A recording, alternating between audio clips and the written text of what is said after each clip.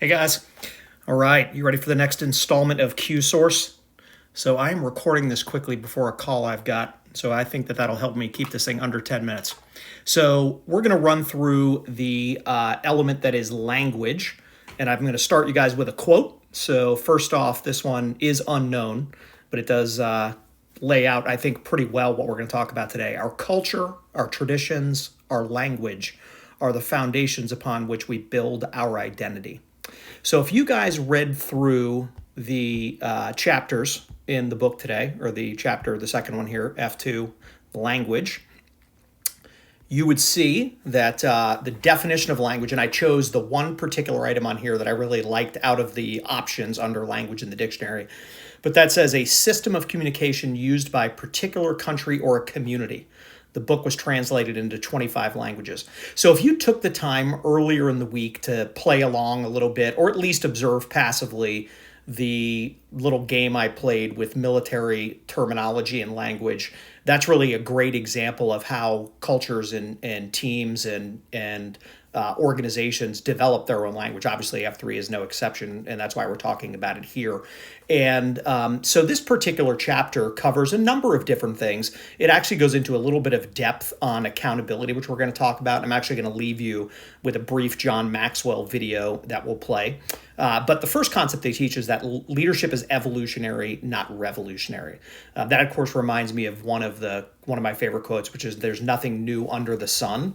And I think even in the book, they talk a little bit about how really leadership started, of course, with the first people on Earth, and whether you think that was a caveman or Adam and Eve.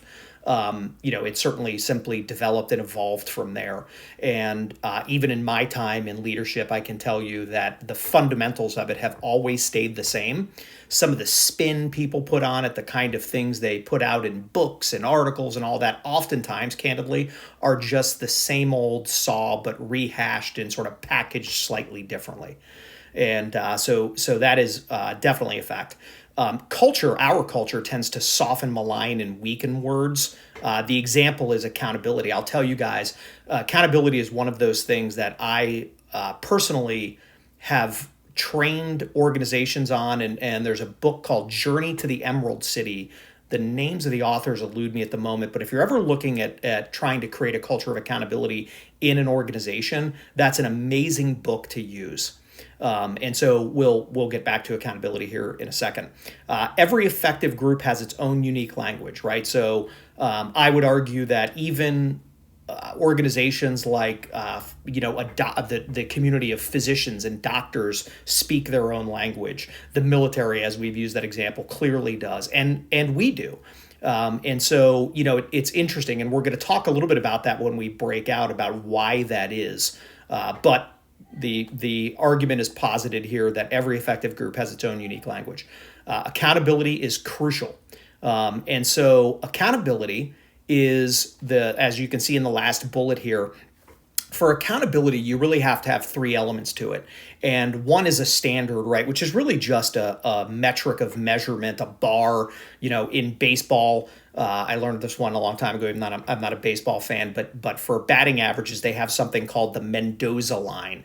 And I guess there was a baseball player named Mendoza who was so bad that anybody below his batting average was considered below the quote unquote Mendoza line. How would you like that to be? How would you like to have your namesake named after the minimum viable productivity for any given thing? So that's a standard. There has to be enforcement, right? There has to be some there has to be some inspection on that accountability. If you hand out a quota to a salesperson, or you hand out a goal for a net promoter score for client satisfaction, or you determine that in a particular development of a product that a particular part has to be engineered to a certain specification, somebody has to inspect and enforce that the standard is met.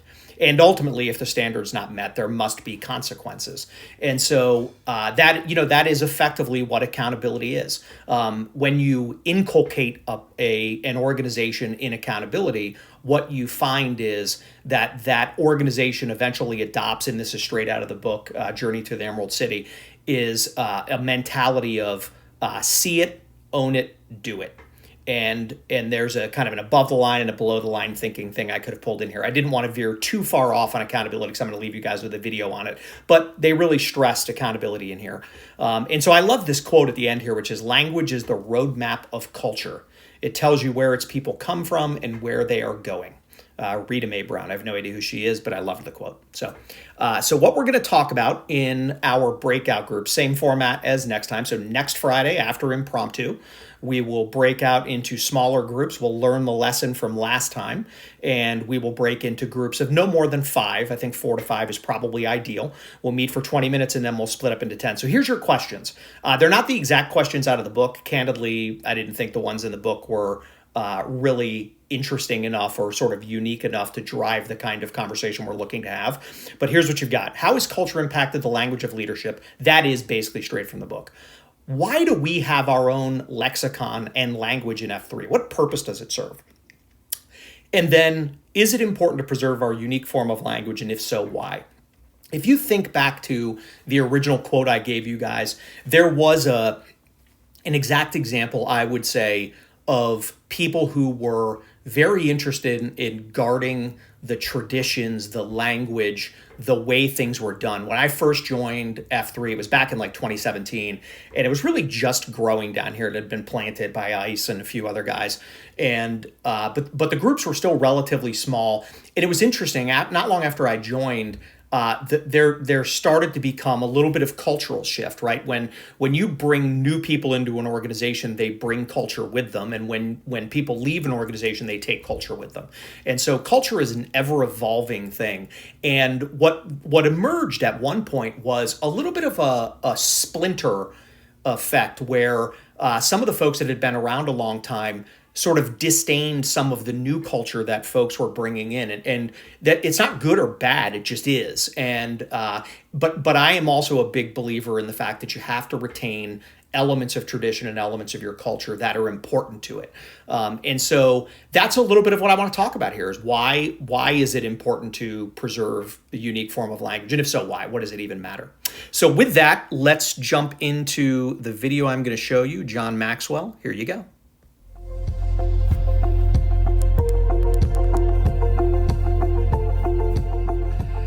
Hi, John Maxwell here. In a moment, we're going to talk about accountability. I'm glad you're with me at Minute with Maxwell.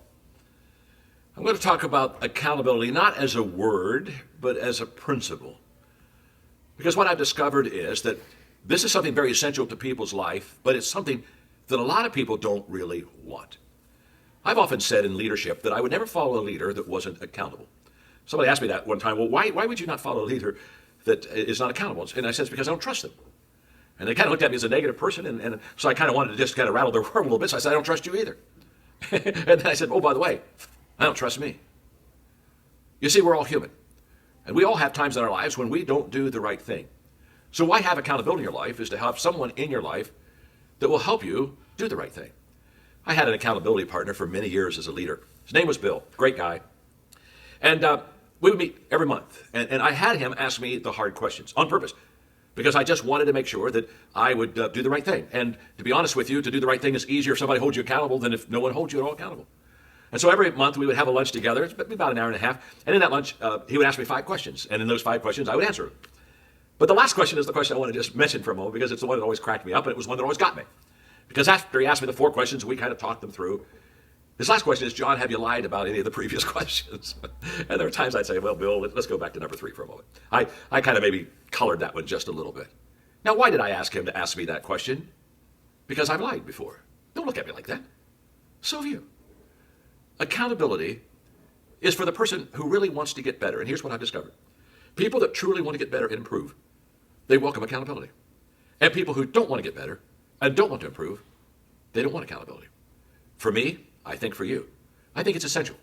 And by the way, Bill made me a lot better. I hope you find someone in your life that loves you unconditionally. You got to have that. But then you can go to, and they can help you like Bill helped me. I promise you, you're better with somebody holding you accountable than with people not holding you accountable and you're just kind of doing your own thing. John Maxwell here, Minute with Maxwell. Glad you're with me today. All right, guys, have a great one. We'll talk to you soon. Bye.